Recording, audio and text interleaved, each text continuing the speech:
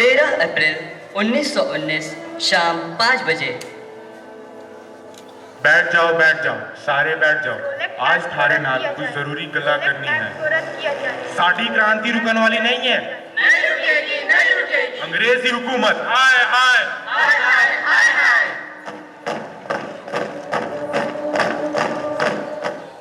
Parade सावधान, take your position, shoot Sam. वे चांदे 80 डर जाएंगे, 80 डटे रहेंगे। This should be given a warning, sir. Soldiers, fire!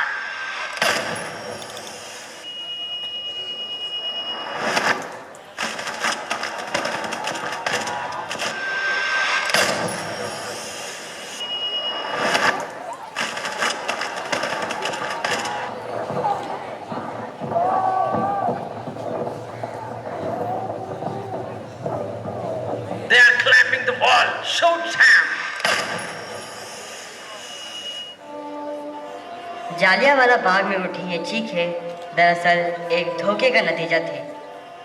1914 पहला विश्व युद्ध। इस युद्ध में जब अंग्रेज़ों को सैनिकों की कमी पड़ने लगी तो उन्होंने हिंदुस्तानियों को एक वादा किया कि तुम अपने जवान हमारे लड़ाई में शामिल करो, बदले में हम तुम्हें आज़ादी देंगे।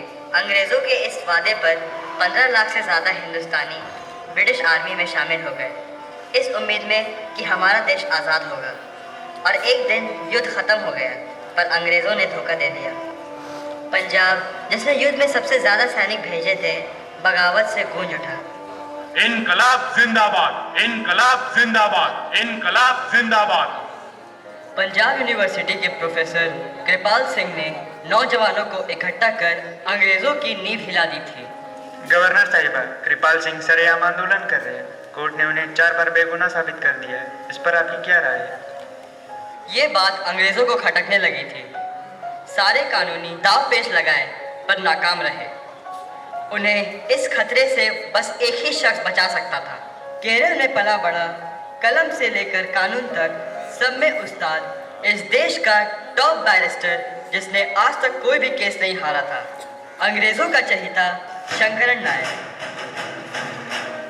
अंग्रेज़ों ने शंकरन नायर से मिलकर कुछ अंग्रेजी दावपेच लगाकर कृपाल सिंह को गलत साबित कर दिया और जेल में कैद कर दिया।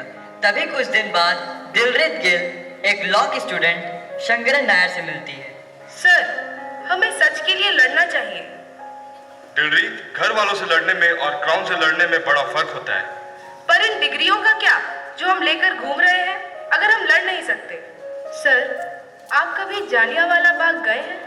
मैं गई हूँ। 4 महीने हो चुके हैं, पर अब भी वहाँ उन गोलियों के निशान और खून के सूखे धब्बे हैं। Few days later, district court house, Amritsar.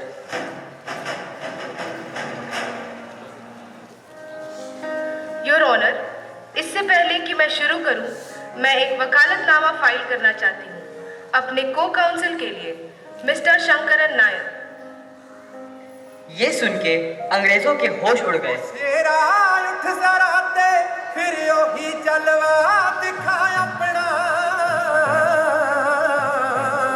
बड़ी बेताब है दुनिया तेरी परवाज देखण नू। Let's begin. योर ऑनर, 13 अप्रैल को जो जलियांवाला बाग में हुआ वो एक सोची समझी साजिश थी जनरल डायर की, ना कि सेल्फ डिफेंस में लिया गया कोई military action. It was totally genocide, जहां मासूम लोगों को। Objection my lord. Jallianwala Bagh में जो लोग थे वो मासूम नहीं थे, वो टेररिस्ट थे। उनके हाथों में हथियार थे। मैं इनसे पूछना चाहूंगा, उन लाशों के ढेर में उनके कितने हथियार मिले? वो आम आदमी थे जो रॉलेट एक्ट के खिलाफ विरोध कर रहे थे। अगर वो आम आदमी होते तो वे डायर के कर्फ्यू के ऑर्डर को फॉलो करते। नायर ने जनरल डायर की भरी अदालत में धज्जियां उड़ा दी। अगले हफ्ते से जनरल डायर की कार्रवाई शुरू होगी। अमृतसर कोर्ट ने नायर की याचिका को मंजूरी देते हुए डायर और क्राउन के खिलाफ केस को चलाने का फैसला किया। जब अंग्रेजों को ये लगा कि कोर्ट का फैसला उनके खिलाफ जा रहा है, तब अंग्रेज़ों ने फिर अपनी कूटनीति डिवाइड एंड रूल पॉलिसी अपनाया। अंग्रेज़ों ने नायर के दोस्त एंग्लो मैकिनले को उनके सामने खड़ा किया, जो एक इंडो ब्रिटिश लॉयर थे। High court Punjab. Council, please call your witness. We call General Dyer. Objection my Lord. Don't you know mister Nair, आप बगैर नोटिस के विटनेस को बुला नहीं सकते। पर आपके विटनेस लिस्ट में तो है ना, फिर किस बात का notice? Mr. Nair has a point. Let's call his witness. Thank you, Your Honor. Mr. Nair, go ahead. Order! Order! Mr. Nair, please proceed. Mister Dyer, क्या आप कोर्ट में बता सकते हैं कि जालियांवाला बाग के मिलिट्री ऑपरेशन में आप कैसे इन्वॉल्व थे? वहाँ के तहसीलदार ने मुझे इन्फॉर्म किया कि डंडा फौज के लोग वहाँ जमा हो गए। ये सुनकर मैं और मेरे ट्रूप्स वहाँ पहुँच गए। फिर आपने टीयर गैस फेंकी वहाँ? No. Did you fire in the air? No. तो आपने भीड़ को हटाने के लिए वार्निंग कैसे दी? They were terrorists. But still they were human beings. कैसे दी वार्निंग? मुझे इंफॉर्मेशन मिली थी। सवाल भूल जाते हैं आप। कैसे दी वार्निंग? मैंने कोई वार्निंग नहीं दी। तो आपने मिलिट्री लॉ फॉलो नहीं किया? मैंने अपने 18 साल के तजुर्बे से फायर किया बगैर वार्निंग के। उनके हाथ में हथियार थे। 8, 9, 11 महीने के बच्चे जिनकी छातियों में गोलियां लगी थी, उनके हाथ में कौन से हथियार देखा? उनके कड़े या फिर उन बंद मुट्ठी? Objection my Lord. देश की सुरक्षा बनाए रखने में कई बार गुजारी जाती है। Sustain. Thank you your honour. Mr. Nair, move on, please. General, क्या आप इस आदमी को पहचानते हैं?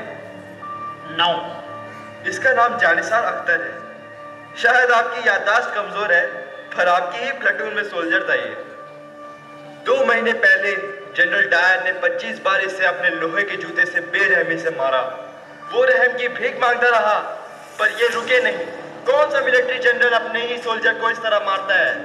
Objection my Lord. वो सजा थी उसकी। बेस पर 15 मिनट लेट होने के लिए आपने उसकी 3 पसलियां और रीढ़ की हड्डी तोड़ी। The little bastard was not obeying army protocol. Permission to approach my witness, my lord. Granted. Thank you. I have not come all this way to lose because of your stupidity. वो तुम्हें उकसाने की कोशिश कर रहा है। Stay calm and speak like a military man.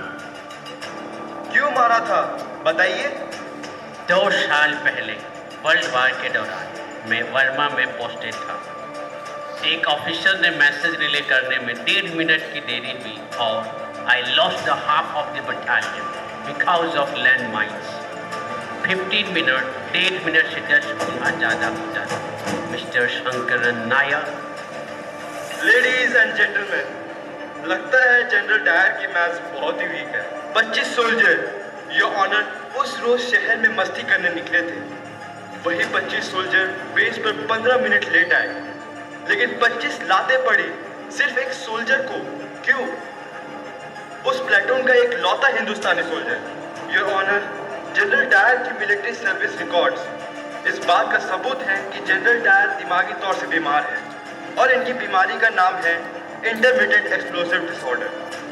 इन्हें anger management के इशू है। इनके बचपन के कुछ घटनाओं का भी।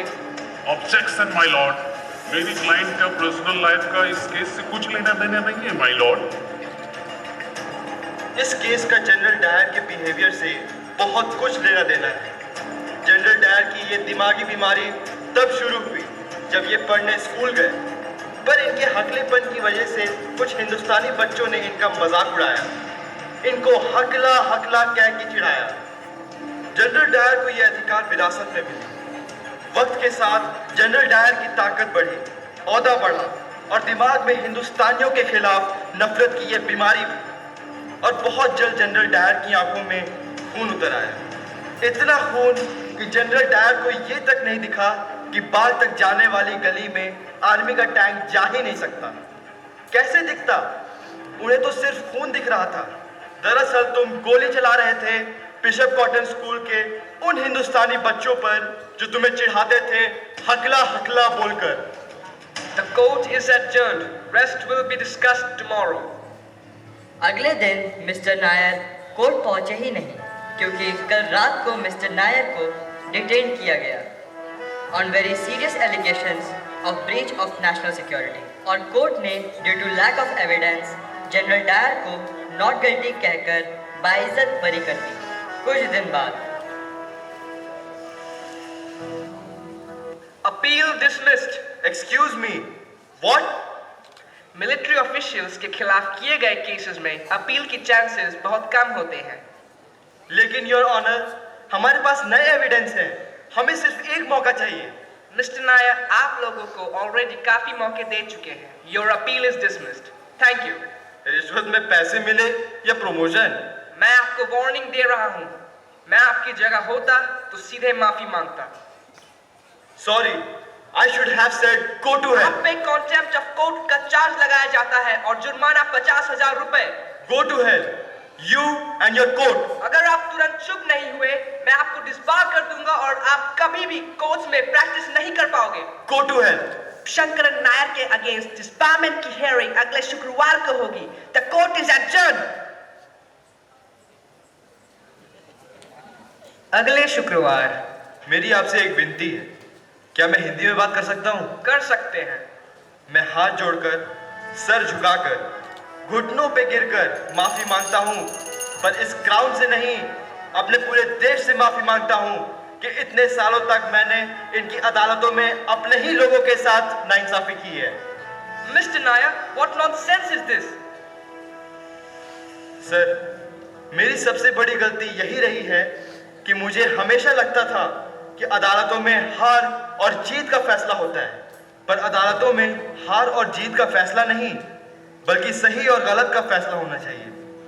लेकिन ऐसा आपकी अदालत में कभी हो ही नहीं सकता, क्योंकि वहां तो सच बोलने पर बंदूकें तानी जाती हैं। अगर आपने अभी ये बंद नहीं किया तो court marshals will drag you out. सुना आप लोगों ने? जरा सा सच बोलने की कोशिश की तो देखिए, निकल आई बंदूकें, जैसे जलियांवाला बाग में निकली थी। यहाँ आपकी हियरिंग चल रही है। आप दूसरे केस के बारे में बात नहीं कर सकते। एक्चुअली सर, मैं कर सकता हूँ। Rule 7C of bar council and rules छोटा सा बाई लॉ है। ये लॉ मुझे अधिकार देता है कि अगर मेरे पास ऐसा कोई भी सबूत है जिसे मैं ये साबित कर पाऊँ जो डिपार्टमेंट के चार्ज आपने मुझ पर लगाए हैं वो गलत है, तो मैं इस हियरिंग से उन्हें आपके सामने पेश कर सकता हूँ। Is this correct? He played with us. Stop the press. Stop the bloody press. That boat has sailed, Mr. Dyer, and stop interrupting me. 2 महीने पहले जज मैकार्डी ने जनरल डायर को जलियांवाला बाग केस में निर्दोष घोषित किया। किसी भी केस में किसी एक्यूज्ड को बाइज्जत बरी करने से पहले सारे जूरी मेंबर्स का वर्डिक्ट एकमत होना जरूरी है। इसका मतलब जलियांवाला बाग के केस में 12 के 12 जूरी मेंबर्स ने जनरल डायर को नॉट गिल्टी घोषित किया होगा। Am I right?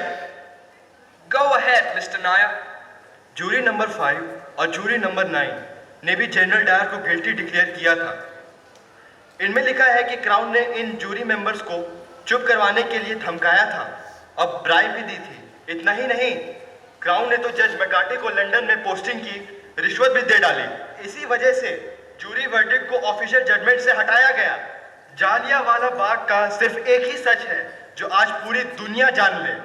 General Dyer and the British crown is guilty of genocide. Yes, they are guilty of genocide. और कल जब अखबारों में खबर छपेगी तो इनकी बंदूकें हकलाना शुरू करेंगी।